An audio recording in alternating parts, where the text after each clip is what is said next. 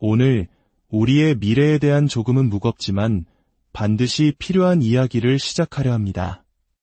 어쩌면 당신의 이야기 혹은 당신의 부모님 그리고 우리의 아이들이 마주하게 될 현실에 대한 이야기입니다.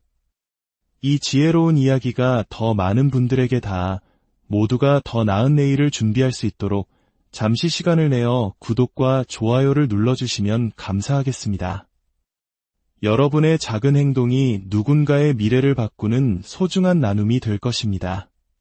한때 대기업의 높은 자리에 올랐던 임원이 퇴직 후 택시 운전대를 잡고 평생을 나라에 헌신했던 공무원이 퇴직 후 연금 수령일까지의 공백 기동한 자녀들 뒷바라지 비용 때문에 막막해하는 모습.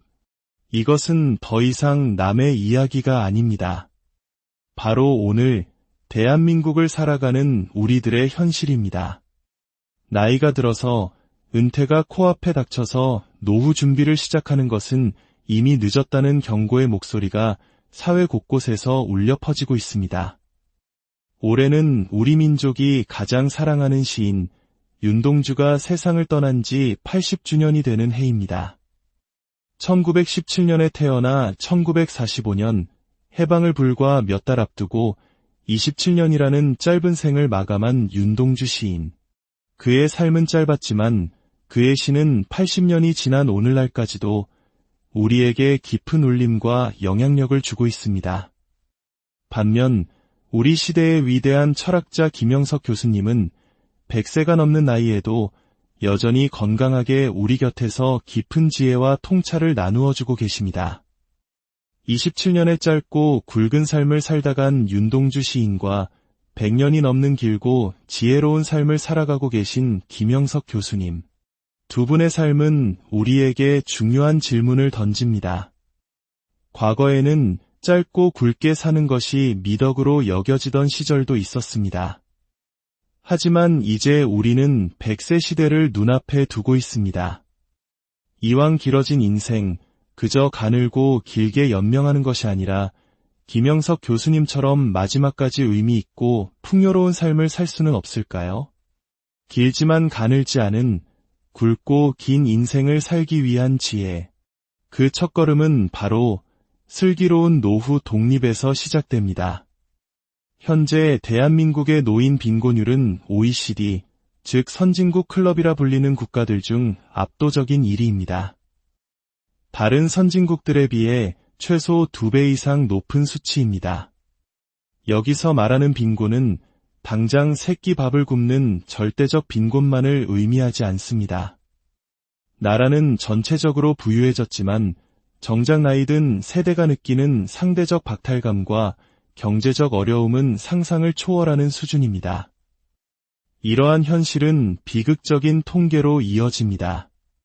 우리나라는 2003년부터 OECD 국가 중 자살률 1위라는 오명을 안고 있는데 특히 노인 자살률은 전체 평균의 3배에 달합니다. 우리의 어버이들은 스스로 삶을 등지는 극단적인 선택을 하시는 걸까요? 그 첫 번째 이유는 바로 경제적 어려움 때문입니다. 우리 부모님 세대, 그리고 지금의 우리 세대가 살아온 삶의 방식은 너무나도 달랐습니다.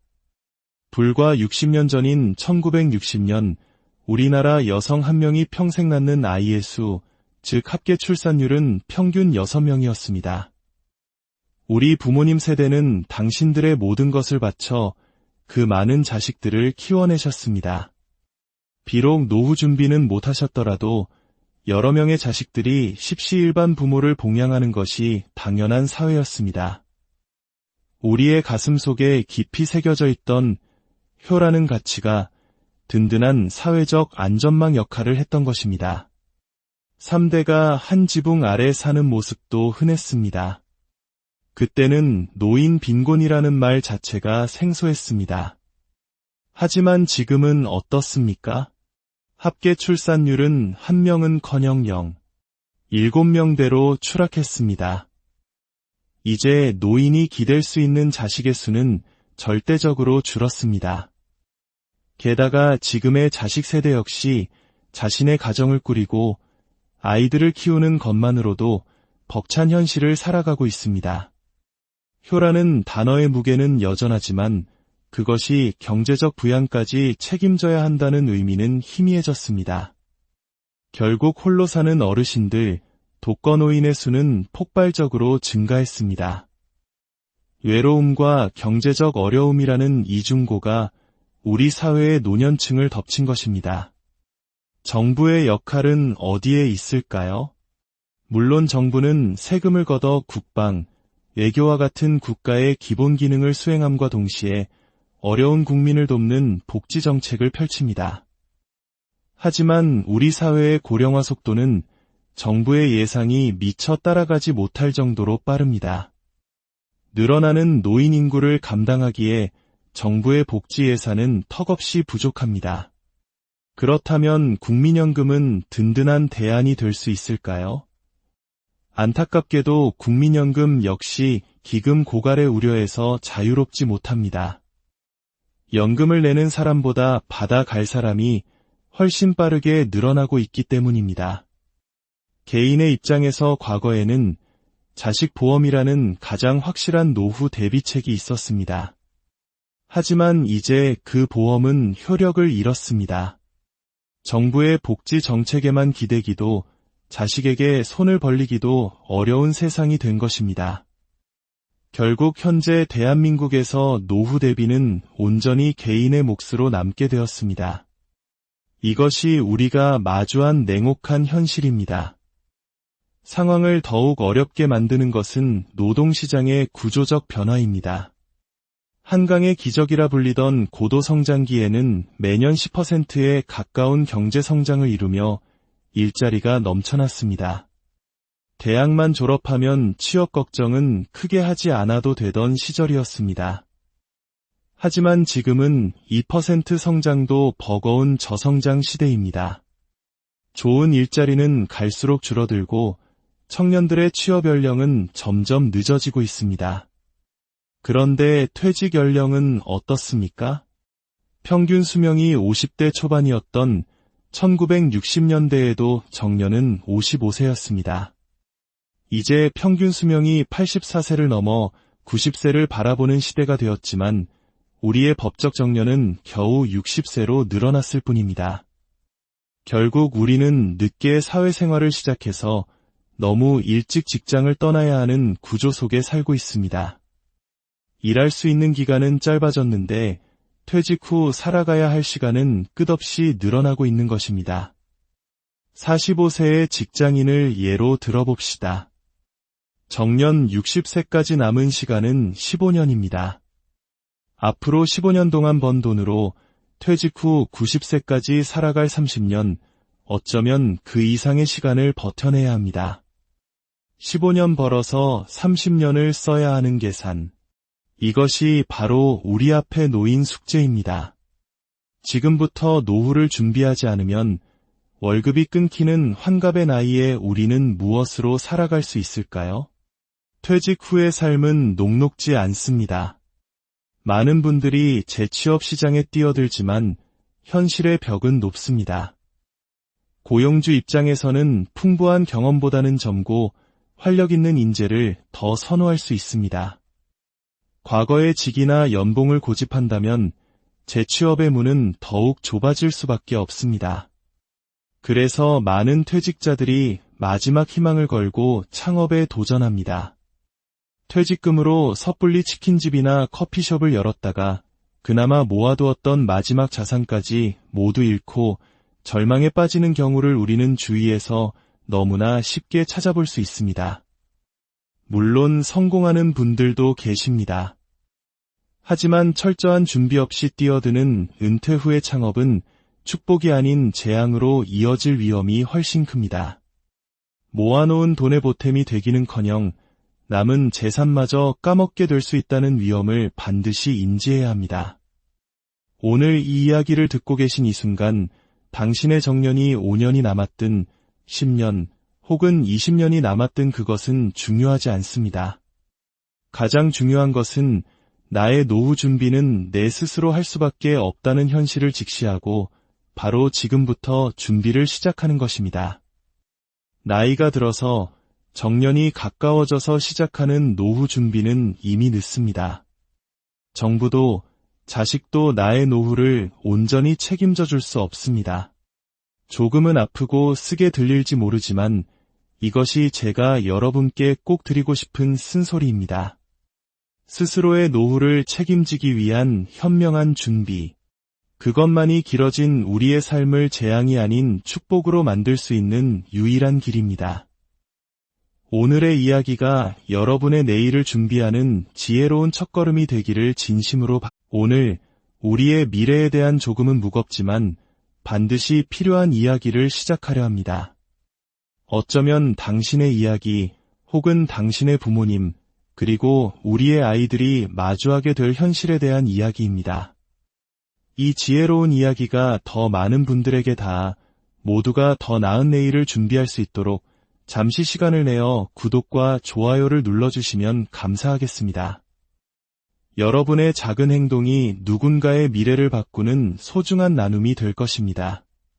한때 대기업의 높은 자리에 올랐던 임원이 퇴직 후 택시 운전대를 잡고 평생을 나라에 헌신했던 공무원이 퇴직 후 연금 수령일까지의 공백기 동안 자녀들 뒷바라지 비용 때문에 막막해하는 모습.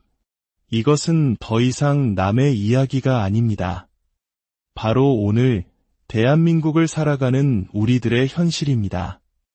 나이가 들어서 은퇴가 코앞에 닥쳐서 노후 준비를 시작하는 것은 이미 늦었다는 경고의 목소리가 사회 곳곳에서 울려 퍼지고 있습니다. 올해는 우리 민족이 가장 사랑하는 시인 윤동주가 세상을 떠난 지 80주년이 되는 해입니다.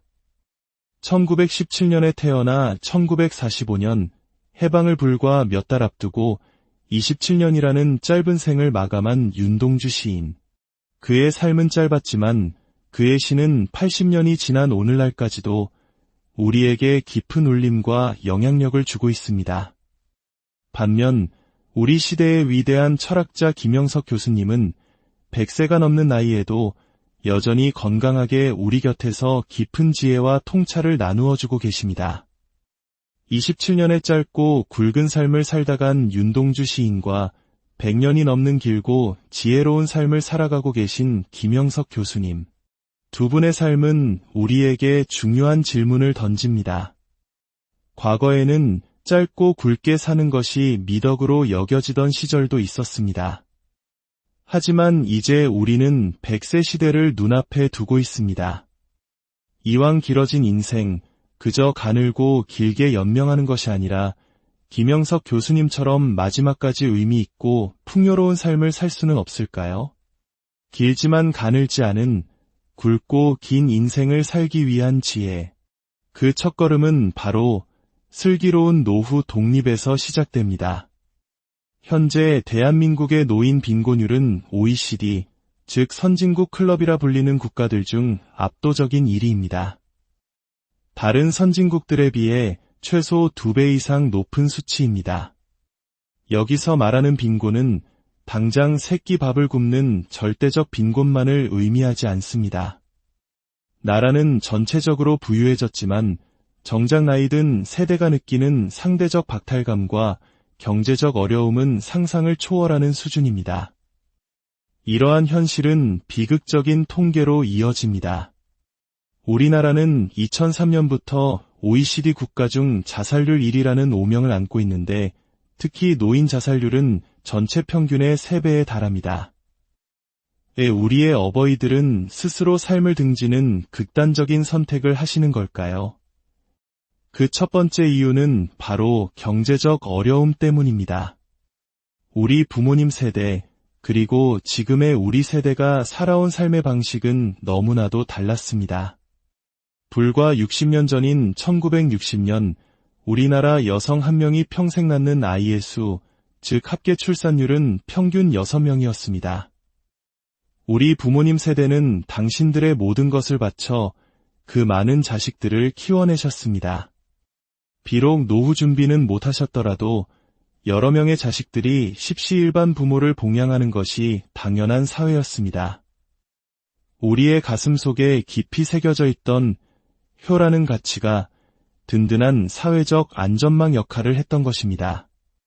3대가 한 지붕 아래 사는 모습도 흔했습니다. 그때는 노인 빈곤이라는 말 자체가 생소했습니다. 하지만 지금은 어떻습니까? 합계 출산율은 1명은커녕 0, 7명대로 추락했습니다. 이제 노인이 기댈 수 있는 자식의 수는 절대적으로 줄었습니다.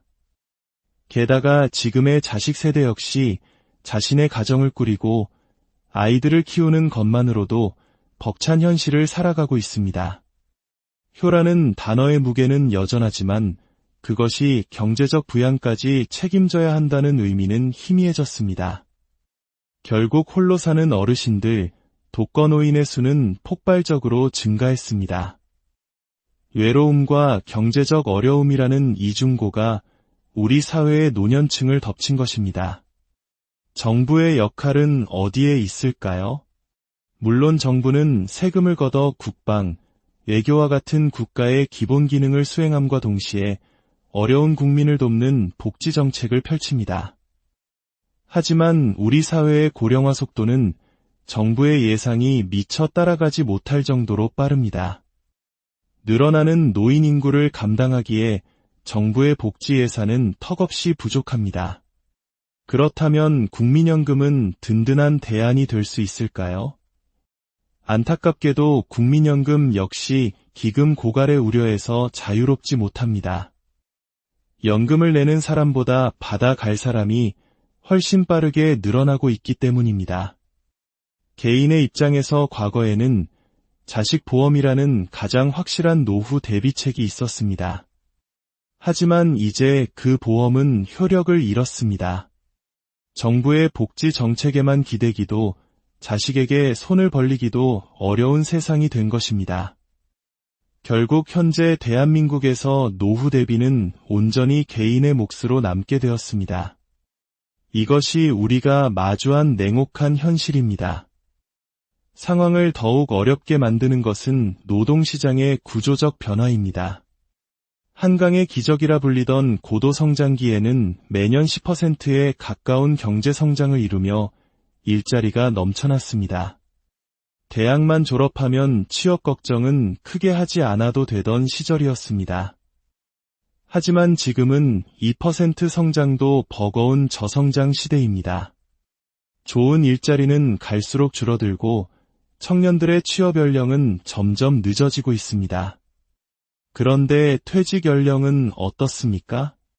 평균 수명이 50대 초반이었던 1960년대에도 정년은 55세였습니다. 이제 평균 수명이 84세를 넘어 90세를 바라보는 시대가 되었지만 우리의 법적 정년은 겨우 60세로 늘어났을 뿐입니다.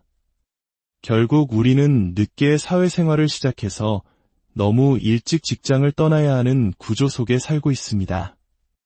일할 수 있는 기간은 짧아졌는데 퇴직 후 살아가야 할 시간은 끝없이 늘어나고 있는 것입니다. 45세의 직장인을 예로 들어봅시다. 정년 60세까지 남은 시간은 15년입니다.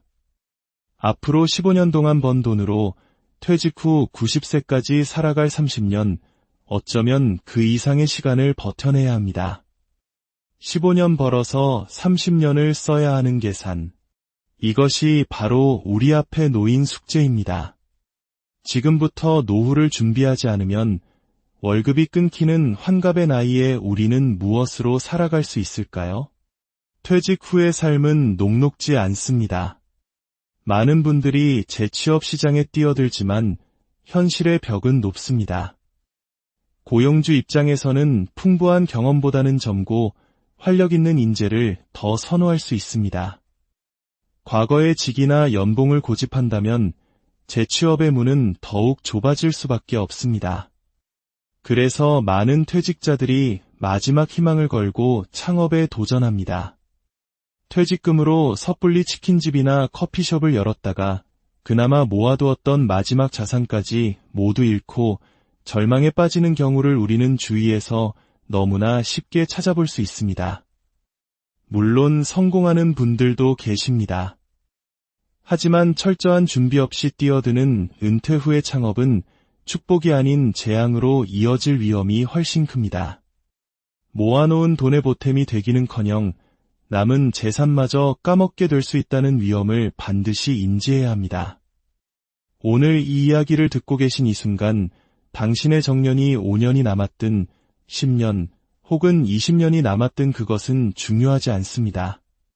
가장 중요한 것은 나의 노후 준비는 내 스스로 할 수밖에 없다는 현실을 직시하고 바로 지금부터 준비를 시작하는 것입니다. 나이가 들어서 정년이 가까워져서 시작하는 노후 준비는 이미 늦습니다. 정부도 자식도 나의 노후를 온전히 책임져 줄 수 없습니다. 조금은 아프고 쓰게 들릴지 모르지만 이것이 제가 여러분께 꼭 드리고 싶은 쓴소리입니다. 스스로의 노후를 책임지기 위한 현명한 준비. 그것만이 길어진 우리의 삶을 재앙이 아닌 축복으로 만들 수 있는 유일한 길입니다. 오늘의 이야기가 여러분의 내일을 준비하는 지혜로운 첫걸음이 되기를 진심으로 오늘 우리의 미래에 대한 조금은 무겁지만 반드시 필요한 이야기를 시작하려 합니다. 어쩌면 당신의 이야기 혹은 당신의 부모님 그리고 우리의 아이들이 마주하게 될 현실에 대한 이야기입니다. 이 지혜로운 이야기가 더 많은 분들에게 닿아 모두가 더 나은 내일을 준비할 수 있도록 잠시 시간을 내어 구독과 좋아요를 눌러주시면 감사하겠습니다. 여러분의 작은 행동이 누군가의 미래를 바꾸는 소중한 나눔이 될 것입니다. 한때 대기업의 높은 자리에 올랐던 임원이 퇴직 후 택시 운전대를 잡고 평생을 나라에 헌신했던 공무원이 퇴직 후 연금 수령일까지의 공백기 동안 자녀들 뒷바라지 비용 때문에 막막해하는 모습. 이것은 더 이상 남의 이야기가 아닙니다. 바로 오늘 대한민국을 살아가는 우리들의 현실입니다. 나이가 들어서 은퇴가 코앞에 닥쳐서 노후 준비를 시작하는 것은 이미 늦었다는 경고의 목소리가 사회 곳곳에서 울려 퍼지고 있습니다. 올해는 우리 민족이 가장 사랑하는 시인 윤동주가 세상을 떠난 지 80주년이 되는 해입니다. 1917년에 태어나 1945년 해방을 불과 몇 달 앞두고 27년이라는 짧은 생을 마감한 윤동주 시인. 그의 삶은 짧았지만 그의 시는 80년이 지난 오늘날까지도 우리에게 깊은 울림과 영향력을 주고 있습니다. 반면 우리 시대의 위대한 철학자 김영석 교수님은 100세가 넘는 나이에도 여전히 건강하게 우리 곁에서 깊은 지혜와 통찰을 나누어주고 계십니다. 27년의 짧고 굵은 삶을 살다 간 윤동주 시인과 100년이 넘는 길고 지혜로운 삶을 살아가고 계신 김영석 교수님. 두 분의 삶은 우리에게 중요한 질문을 던집니다. 과거에는 짧고 굵게 사는 것이 미덕으로 여겨지던 시절도 있었습니다. 하지만 이제 우리는 100세 시대를 눈앞에 두고 있습니다. 이왕 길어진 인생, 그저 가늘고 길게 연명하는 것이 아니라 김영석 교수님처럼 마지막까지 의미 있고 풍요로운 삶을 살 수는 없을까요? 길지만 가늘지 않은 굵고 긴 인생을 살기 위한 지혜. 그 첫걸음은 바로 슬기로운 노후 독립에서 시작됩니다. 현재 대한민국의 노인 빈곤율은 OECD, 즉 선진국 클럽이라 불리는 국가들 중 압도적인 1위입니다. 다른 선진국들에 비해 최소 2배 이상 높은 수치입니다. 여기서 말하는 빈곤은 당장 새끼 밥을 굶는 절대적 빈곤만을 의미하지 않습니다. 나라는 전체적으로 부유해졌지만 정작 나이 든 세대가 느끼는 상대적 박탈감과 경제적 어려움은 상상을 초월하는 수준입니다. 이러한 현실은 비극적인 통계로 이어집니다. 우리나라는 2003년부터 OECD 국가 중 자살률 1위라는 오명을 안고 있는데 특히 노인 자살률은 전체 평균의 3배에 달합니다. 우리의 어버이들은 스스로 삶을 등지는 극단적인 선택을 하시는 걸까요? 그 첫 번째 이유는 바로 경제적 어려움 때문입니다. 우리 부모님 세대, 그리고 지금의 우리 세대가 살아온 삶의 방식은 너무나도 달랐습니다. 불과 60년 전인 1960년, 우리나라 여성 1명이 평생 낳는 아이의 수, 즉 합계 출산율은 평균 6명이었습니다. 우리 부모님 세대는 당신들의 모든 것을 바쳐 그 많은 자식들을 키워내셨습니다. 비록 노후 준비는 못하셨더라도 여러 명의 자식들이 십시일반 부모를 봉양하는 것이 당연한 사회였습니다. 우리의 가슴 속에 깊이 새겨져 있던 효라는 가치가 든든한 사회적 안전망 역할을 했던 것입니다. 3대가 한 지붕 아래 사는 모습도 흔했습니다. 그때는 노인 빈곤이라는 말 자체가 생소했습니다. 하지만 지금은 어떻습니까? 합계 출산율은 1명은커녕 0, 7명대로 추락했습니다. 이제 노인이 기댈 수 있는 자식의 수는 절대적으로 줄었습니다. 게다가 지금의 자식 세대 역시 자신의 가정을 꾸리고 아이들을 키우는 것만으로도 벅찬 현실을 살아가고 있습니다. 효라는 단어의 무게는 여전하지만 그것이 경제적 부양까지 책임져야 한다는 의미는 희미해졌습니다. 결국 홀로 사는 어르신들, 독거노인의 수는 폭발적으로 증가했습니다. 외로움과 경제적 어려움이라는 이중고가 우리 사회의 노년층을 덮친 것입니다. 정부의 역할은 어디에 있을까요? 물론 정부는 세금을 걷어 국방, 외교와 같은 국가의 기본 기능을 수행함과 동시에 어려운 국민을 돕는 복지 정책을 펼칩니다. 하지만 우리 사회의 고령화 속도는 정부의 예상이 미처 따라가지 못할 정도로 빠릅니다. 늘어나는 노인 인구를 감당하기에 정부의 복지 예산은 턱없이 부족합니다. 그렇다면 국민연금은 든든한 대안이 될 수 있을까요? 안타깝게도 국민연금 역시 기금 고갈의 우려에서 자유롭지 못합니다. 연금을 내는 사람보다 받아갈 사람이 훨씬 빠르게 늘어나고 있기 때문입니다. 개인의 입장에서 과거에는 자식 보험이라는 가장 확실한 노후 대비책이 있었습니다. 하지만 이제 그 보험은 효력을 잃었습니다. 정부의 복지 정책에만 기대기도 자식에게 손을 벌리기도 어려운 세상이 된 것입니다. 결국 현재 대한민국에서 노후 대비는 온전히 개인의 몫으로 남게 되었습니다. 이것이 우리가 마주한 냉혹한 현실입니다. 상황을 더욱 어렵게 만드는 것은 노동시장의 구조적 변화입니다. 한강의 기적이라 불리던 고도성장기에는 매년 10%에 가까운 경제성장을 이루며 일자리가 넘쳐났습니다. 대학만 졸업하면 취업 걱정은 크게 하지 않아도 되던 시절이었습니다. 하지만 지금은 2% 성장도 버거운 저성장 시대입니다. 좋은 일자리는 갈수록 줄어들고 청년들의 취업 연령은 점점 늦어지고 있습니다. 그런데 퇴직 연령은 어떻습니까? 평균 수명이 50대 초반이었던 1960년대에도 정년은 55세였습니다. 이제 평균 수명이 84세를 넘어 90세를 바라보는 시대가 되었지만 우리의 법적 정년은 겨우 60세로 늘어났을 뿐입니다. 결국 우리는 늦게 사회생활을 시작해서 너무 일찍 직장을 떠나야 하는 구조 속에 살고 있습니다. 일할 수 있는 기간은 짧아졌는데 퇴직 후 살아가야 할 시간은 끝없이 늘어나고 있는 것입니다. 45세의 직장인을 예로 들어봅시다. 정년 60세까지 남은 시간은 15년입니다. 앞으로 15년 동안 번 돈으로 퇴직 후 90세까지 살아갈 30년, 어쩌면 그 이상의 시간을 버텨내야 합니다. 15년 벌어서 30년을 써야 하는 계산. 이것이 바로 우리 앞에 놓인 숙제입니다. 지금부터 노후를 준비하지 않으면 월급이 끊기는 환갑의 나이에 우리는 무엇으로 살아갈 수 있을까요? 퇴직 후의 삶은 녹록지 않습니다. 많은 분들이 재취업 시장에 뛰어들지만 현실의 벽은 높습니다.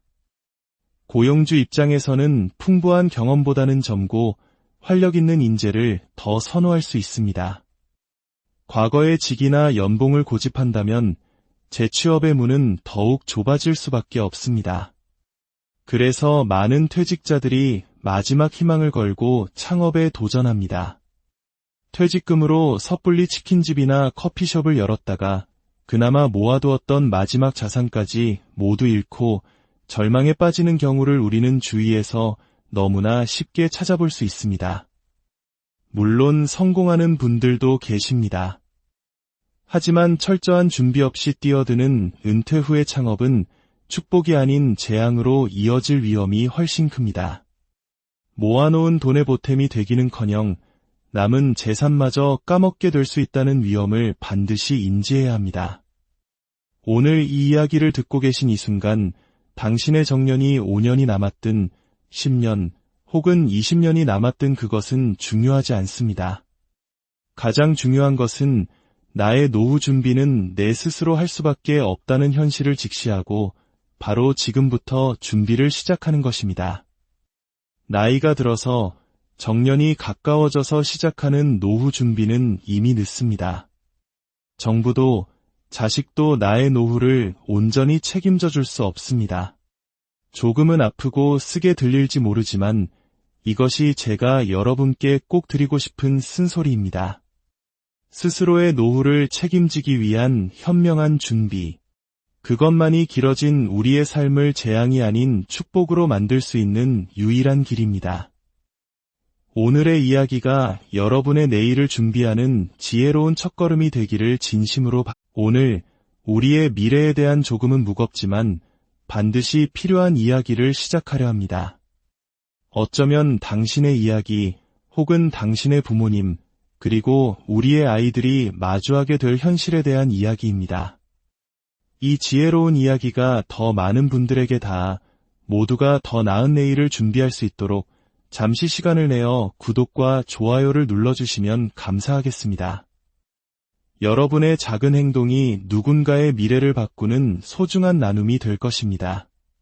한때 대기업의 높은 자리에 올랐던 임원이 퇴직 후 택시 운전대를 잡고 평생을 나라에 헌신했던 공무원이 퇴직 후 연금 수령일까지의 공백기 동안 자녀들 뒷바라지 비용 때문에 막막해하는 모습.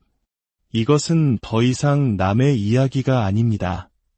바로 오늘 대한민국을 살아가는 우리들의 현실입니다.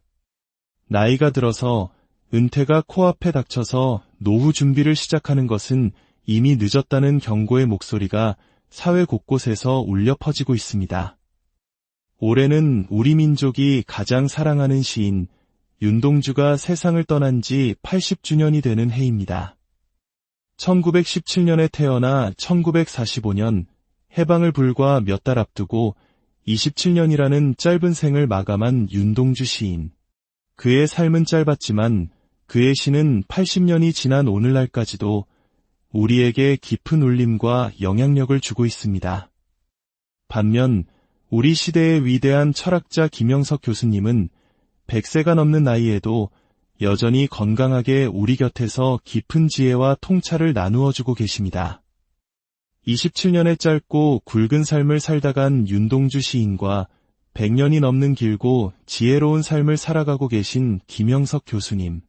두 분의 삶은 우리에게 중요한 질문을 던집니다. 과거에는 짧고 굵게 사는 것이 미덕으로 여겨지던 시절도 있었습니다. 하지만 이제 우리는 100세 시대를 눈앞에 두고 있습니다. 이왕 길어진 인생, 그저 가늘고 길게 연명하는 것이 아니라 김영석 교수님처럼 마지막까지 의미 있고 풍요로운 삶을 살 수는 없을까요? 길지만 가늘지 않은 굵고 긴 인생을 살기 위한 지혜. 그 첫걸음은 바로 슬기로운 노후 독립에서 시작됩니다. 현재 대한민국의 노인 빈곤율은 OECD, 즉 선진국 클럽이라 불리는 국가들 중 압도적인 1위입니다. 다른 선진국들에 비해 최소 2배 이상 높은 수치입니다. 여기서 말하는 빈곤은 당장 새끼 밥을 굶는 절대적 빈곤만을 의미하지 않습니다. 나라는 전체적으로 부유해졌지만 정작 나이든 세대가 느끼는 상대적 박탈감과 경제적 어려움은 상상을 초월하는 수준입니다. 이러한 현실은 비극적인 통계로 이어집니다. 우리나라는 2003년부터 OECD 국가 중 자살률 1위라는 오명을 안고 있는데 특히 노인 자살률은 전체 평균의 3배에 달합니다. 우리의 어버이들은 스스로 삶을 등지는 극단적인 선택을 하시는 걸까요? 그 첫 번째 이유는 바로 경제적 어려움 때문입니다.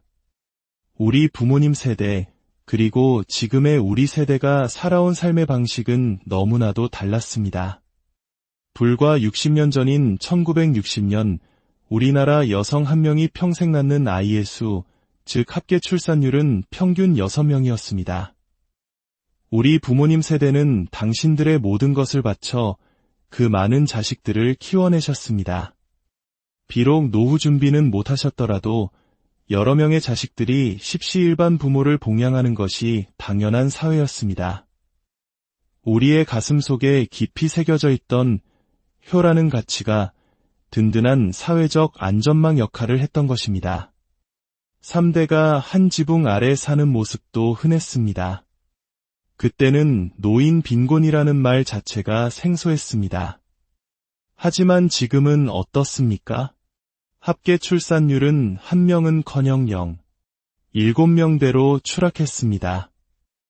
이제 노인이 기댈 수 있는 자식의 수는 절대적으로 줄었습니다. 게다가 지금의 자식 세대 역시 자신의 가정을 꾸리고 아이들을 키우는 것만으로도 벅찬 현실을 살아가고 있습니다. 효라는 단어의 무게는 여전하지만 그것이 경제적 부양까지 책임져야 한다는 의미는 희미해졌습니다. 결국 홀로 사는 어르신들, 독거노인의 수는 폭발적으로 증가했습니다. 외로움과 경제적 어려움이라는 이중고가 우리 사회의 노년층을 덮친 것입니다. 정부의 역할은 어디에 있을까요? 물론 정부는 세금을 걷어 국방, 외교와 같은 국가의 기본 기능을 수행함과 동시에 어려운 국민을 돕는 복지 정책을 펼칩니다. 하지만 우리 사회의 고령화 속도는 정부의 예상이 미처 따라가지 못할 정도로 빠릅니다. 늘어나는 노인 인구를 감당하기에 정부의 복지 예산은 턱없이 부족합니다. 그렇다면 국민연금은 든든한 대안이 될 수 있을까요? 안타깝게도 국민연금 역시 기금 고갈의 우려에서 자유롭지 못합니다. 연금을 내는 사람보다 받아갈 사람이 훨씬 빠르게 늘어나고 있기 때문입니다. 개인의 입장에서 과거에는 자식보험이라는 가장 확실한 노후 대비책이 있었습니다. 하지만 이제 그 보험은 효력을 잃었습니다. 정부의 복지 정책에만 기대기도 자식에게 손을 벌리기도 어려운 세상이 된 것입니다. 결국 현재 대한민국에서 노후 대비는 온전히 개인의 몫으로 남게 되었습니다. 이것이 우리가 마주한 냉혹한 현실입니다. 상황을 더욱 어렵게 만드는 것은 노동시장의 구조적 변화입니다. 한강의 기적이라 불리던 고도성장기에는 매년 10%에 가까운 경제성장을 이루며 일자리가 넘쳐났습니다. 대학만 졸업하면 취업 걱정은 크게 하지 않아도 되던 시절이었습니다. 하지만 지금은 2% 성장도 버거운 저성장 시대입니다. 좋은 일자리는 갈수록 줄어들고 청년들의 취업 연령은 점점 늦어지고 있습니다. 그런데 퇴직 연령은 어떻습니까? 평균 수명이 50대 초반이었던 1960년대에도 정년은 55세였습니다. 이제 평균 수명이 84세를 넘어 90세를 바라보는 시대가 되었지만 우리의 법적 정년은 겨우 60세로 늘어났을 뿐입니다. 결국 우리는 늦게 사회생활을 시작해서 너무 일찍 직장을 떠나야 하는 구조 속에 살고 있습니다. 일할 수 있는 기간은 짧아졌는데 퇴직 후 살아가야 할 시간은 끝없이 늘어나고 있는 것입니다. 45세의 직장인을 예로 들어봅시다. 정년 60세까지 남은 시간은 15년입니다. 앞으로 15년 동안 번 돈으로 퇴직 후 90세까지 살아갈 30년, 어쩌면 그 이상의 시간을 버텨내야 합니다. 15년 벌어서 30년을 써야 하는 계산. 이것이 바로 우리 앞에 놓인 숙제입니다. 지금부터 노후를 준비하지 않으면 월급이 끊기는 환갑의 나이에 우리는 무엇으로 살아갈 수 있을까요? 퇴직 후의 삶은 녹록지 않습니다. 많은 분들이 재취업 시장에 뛰어들지만 현실의 벽은 높습니다. 고용주 입장에서는 풍부한 경험보다는 젊고 활력 있는 인재를 더 선호할 수 있습니다. 과거의 직이나 연봉을 고집한다면 재취업의 문은 더욱 좁아질 수밖에 없습니다. 그래서 많은 퇴직자들이 마지막 희망을 걸고 창업에 도전합니다. 퇴직금으로 섣불리 치킨집이나 커피숍을 열었다가 그나마 모아두었던 마지막 자산까지 모두 잃고 절망에 빠지는 경우를 우리는 주위에서 너무나 쉽게 찾아볼 수 있습니다. 물론 성공하는 분들도 계십니다. 하지만 철저한 준비 없이 뛰어드는 은퇴 후의 창업은 축복이 아닌 재앙으로 이어질 위험이 훨씬 큽니다. 모아놓은 돈의 보탬이 되기는커녕 남은 재산마저 까먹게 될 수 있다는 위험을 반드시 인지해야 합니다. 오늘 이 이야기를 듣고 계신 이 순간 당신의 정년이 5년이 남았든 10년 혹은 20년이 남았든 그것은 중요하지 않습니다. 가장 중요한 것은 나의 노후 준비는 내 스스로 할 수밖에 없다는 현실을 직시하고 바로 지금부터 준비를 시작하는 것입니다. 나이가 들어서 정년이 가까워져서 시작하는 노후 준비는 이미 늦습니다. 정부도 자식도 나의 노후를 온전히 책임져 줄 수 없습니다. 조금은 아프고 쓰게 들릴지 모르지만 이것이 제가 여러분께 꼭 드리고 싶은 쓴소리입니다. 스스로의 노후를 책임지기 위한 현명한 준비. 그것만이 길어진 우리의 삶을 재앙이 아닌 축복으로 만들 수 있는 유일한 길입니다. 오늘의 이야기가 여러분의 내일을 준비하는 지혜로운 첫걸음이 되기를 진심으로 오늘 우리의 미래에 대한 조금은 무겁지만 반드시 필요한 이야기를 시작하려 합니다. 어쩌면 당신의 이야기 혹은 당신의 부모님 그리고 우리의 아이들이 마주하게 될 현실에 대한 이야기입니다. 이 지혜로운 이야기가 더 많은 분들에게 닿아 모두가 더 나은 내일을 준비할 수 있도록 잠시 시간을 내어 구독과 좋아요를 눌러주시면 감사하겠습니다. 여러분의 작은 행동이 누군가의 미래를 바꾸는 소중한 나눔이 될 것입니다.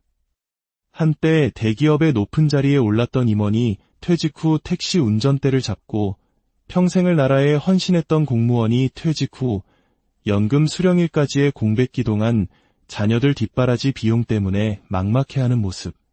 이것은 더 이상 남의 이야기가 아닙니다. 바로 오늘 대한민국을 살아가는 우리들의 현실입니다. 나이가 들어서 은퇴가 코앞에 닥쳐서 노후 준비를 시작하는 것은 이미 늦었다는 경고의 목소리가 사회 곳곳에서 울려 퍼지고 있습니다. 올해는 우리 민족이 가장 사랑하는 시인 윤동주가 세상을 떠난 지 80주년이 되는 해입니다. 1917년에 태어나 1945년 해방을 불과 몇 달 앞두고 27년이라는 짧은 생을 마감한 윤동주 시인.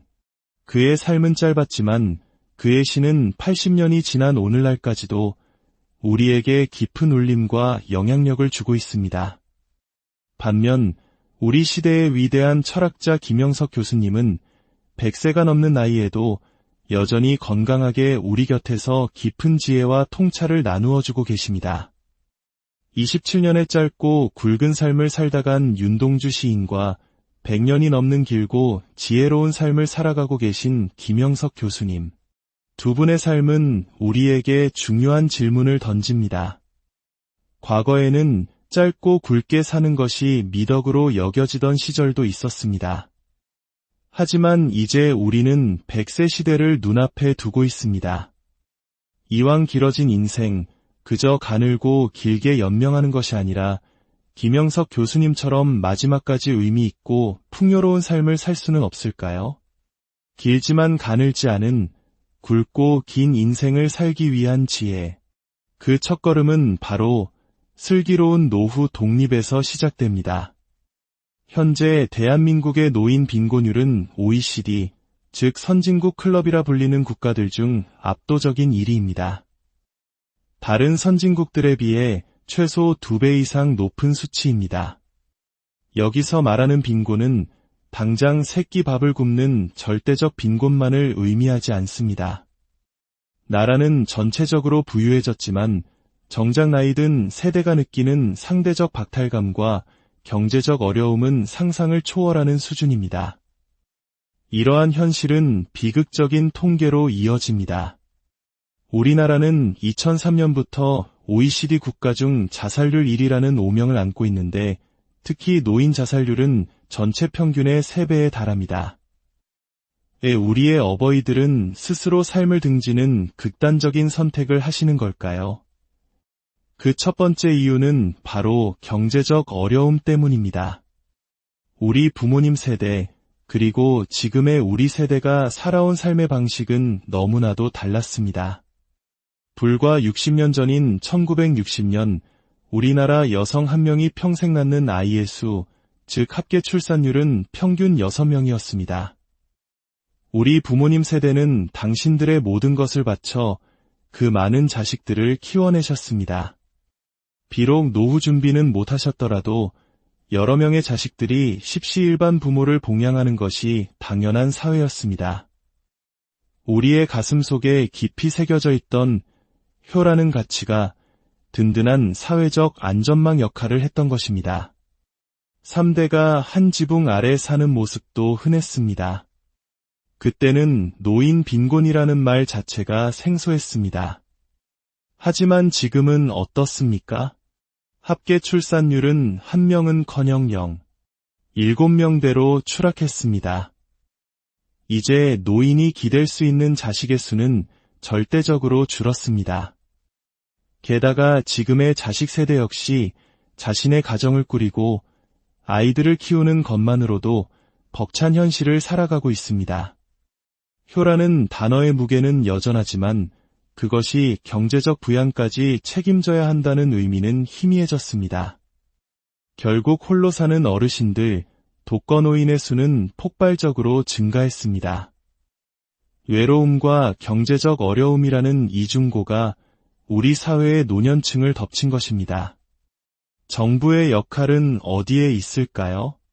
물론 정부는 세금을 걷어 국방, 외교와 같은 국가의 기본 기능을 수행함과 동시에 어려운 국민을 돕는 복지 정책을 펼칩니다. 하지만 우리 사회의 고령화 속도는 정부의 예상이 미처 따라가지 못할 정도로 빠릅니다. 늘어나는 노인 인구를 감당하기에 정부의 복지 예산은 턱없이 부족합니다. 그렇다면 국민연금은 든든한 대안이 될 수 있을까요? 안타깝게도 국민연금 역시 기금 고갈의 우려에서 자유롭지 못합니다. 연금을 내는 사람보다 받아갈 사람이 훨씬 빠르게 늘어나고 있기 때문입니다. 개인의 입장에서 과거에는 자식보험이라는 가장 확실한 노후 대비책이 있었습니다. 하지만 이제 그 보험은 효력을 잃었습니다. 정부의 복지 정책에만 기대기도 자식에게 손을 벌리기도 어려운 세상이 된 것입니다. 결국 현재 대한민국에서 노후 대비는 온전히 개인의 몫으로 남게 되었습니다. 이것이 우리가 마주한 냉혹한 현실입니다. 상황을 더욱 어렵게 만드는 것은 노동시장의 구조적 변화입니다. 한강의 기적이라 불리던 고도성장기에는 매년 10%에 가까운 경제성장을 이루며 일자리가 넘쳐났습니다. 대학만 졸업하면 취업 걱정은 크게 하지 않아도 되던 시절이었습니다. 하지만 지금은 2% 성장도 버거운 저성장 시대입니다. 좋은 일자리는 갈수록 줄어들고 청년들의 취업 연령은 점점 늦어지고 있습니다. 그런데 퇴직 연령은 어떻습니까? 평균 수명이 50대 초반이었던 1960년대에도 정년은 55세였습니다. 이제 평균 수명이 84세를 넘어 90세를 바라보는 시대가 되었지만 우리의 법적 정년은 겨우 60세로 늘어났을 뿐입니다.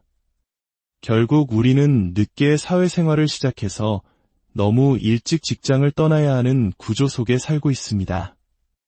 일할 수 있는 기간은 짧아졌는데 퇴직 후 살아가야 할 시간은 끝없이 늘어나고 있는 것입니다. 45세의 직장인을 예로 들어봅시다. 정년 60세까지 남은 시간은 15년입니다. 앞으로 15년 동안 번 돈으로 퇴직 후 90세까지 살아갈 30년, 어쩌면 그 이상의 시간을 버텨내야 합니다. 15년 벌어서 30년을 써야 하는 계산.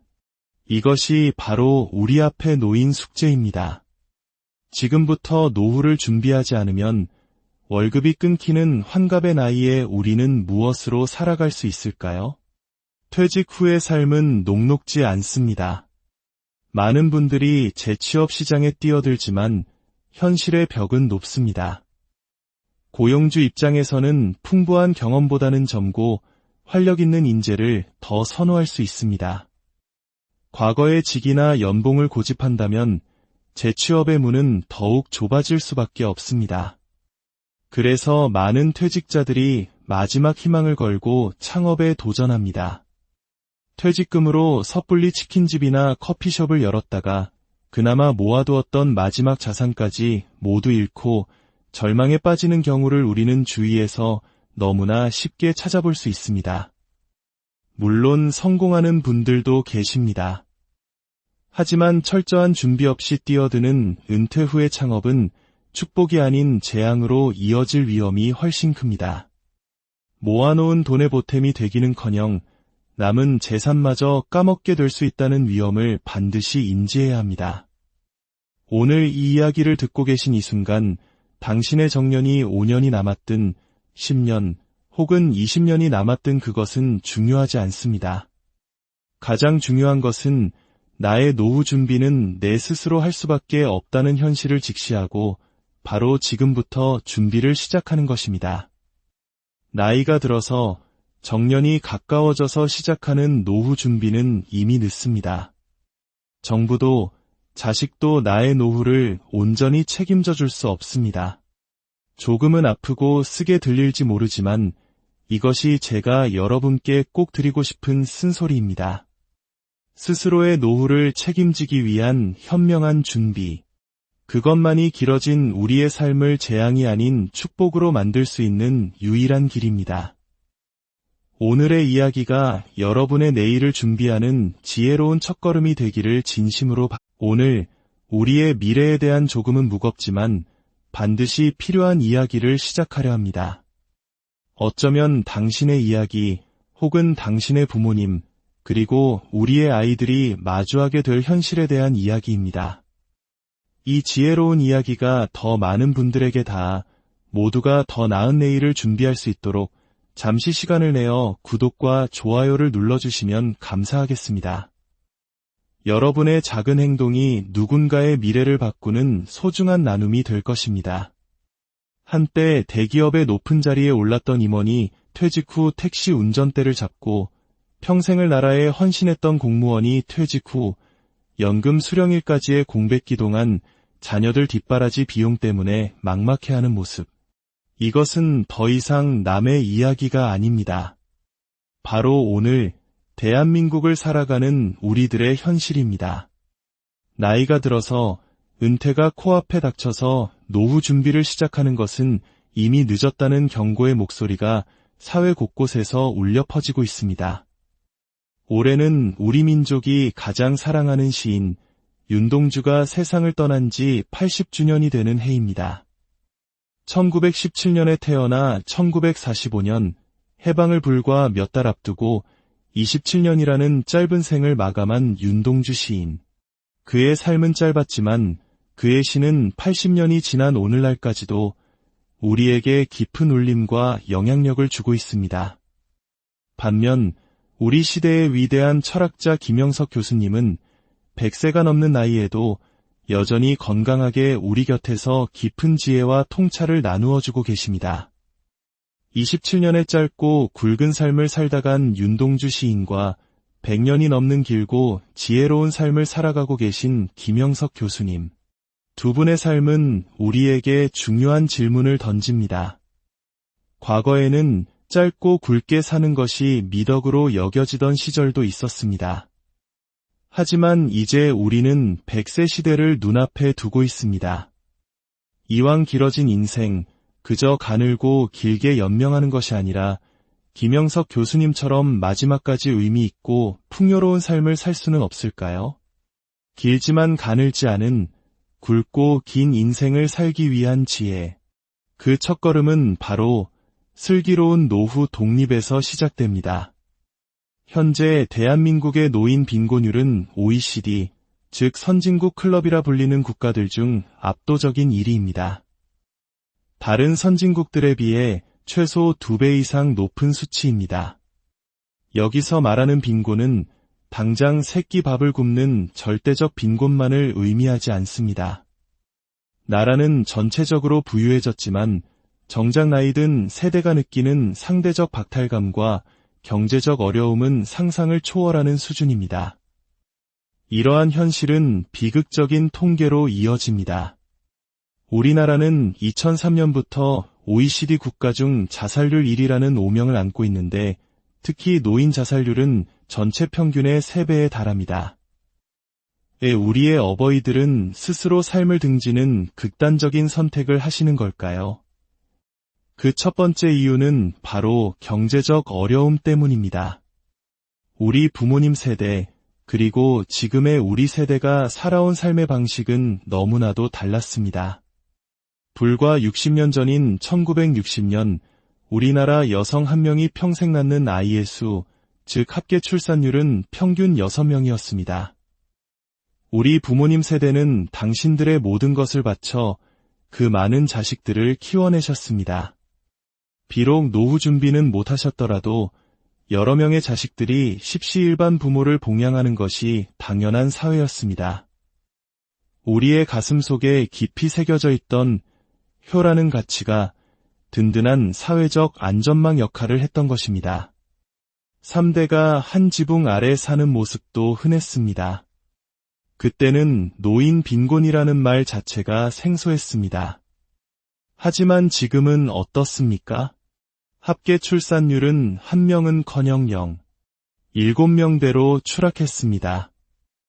이제 노인이 기댈 수 있는 자식의 수는 절대적으로 줄었습니다. 게다가 지금의 자식 세대 역시 자신의 가정을 꾸리고 아이들을 키우는 것만으로도 벅찬 현실을 살아가고 있습니다. 효라는 단어의 무게는 여전하지만 그것이 경제적 부양까지 책임져야 한다는 의미는 희미해졌습니다. 결국 홀로 사는 어르신들, 독거노인의 수는 폭발적으로 증가했습니다. 외로움과 경제적 어려움이라는 이중고가 우리 사회의 노년층을 덮친 것입니다. 정부의 역할은 어디에 있을까요? 물론 정부는 세금을 걷어 국방, 외교와 같은 국가의 기본 기능을 수행함과 동시에 어려운 국민을 돕는 복지 정책을 펼칩니다. 하지만 우리 사회의 고령화 속도는 정부의 예상이 미처 따라가지 못할 정도로 빠릅니다. 늘어나는 노인 인구를 감당하기에 정부의 복지 예산은 턱없이 부족합니다. 그렇다면 국민연금은 든든한 대안이 될 수 있을까요? 안타깝게도 국민연금 역시 기금 고갈의 우려에서 자유롭지 못합니다. 연금을 내는 사람보다 받아갈 사람이 훨씬 빠르게 늘어나고 있기 때문입니다. 개인의 입장에서 과거에는 자식보험이라는 가장 확실한 노후 대비책이 있었습니다. 하지만 이제 그 보험은 효력을 잃었습니다. 정부의 복지 정책에만 기대기도 자식에게 손을 벌리기도 어려운 세상이 된 것입니다. 결국 현재 대한민국에서 노후 대비는 온전히 개인의 몫으로 남게 되었습니다. 이것이 우리가 마주한 냉혹한 현실입니다. 상황을 더욱 어렵게 만드는 것은 노동시장의 구조적 변화입니다. 한강의 기적이라 불리던 고도성장기에는 매년 10%에 가까운 경제성장을 이루며 일자리가 넘쳐났습니다. 대학만 졸업하면 취업 걱정은 크게 하지 않아도 되던 시절이었습니다. 하지만 지금은 2% 성장도 버거운 저성장 시대입니다. 좋은 일자리는 갈수록 줄어들고 청년들의 취업 연령은 점점 늦어지고 있습니다. 그런데 퇴직 연령은 어떻습니까?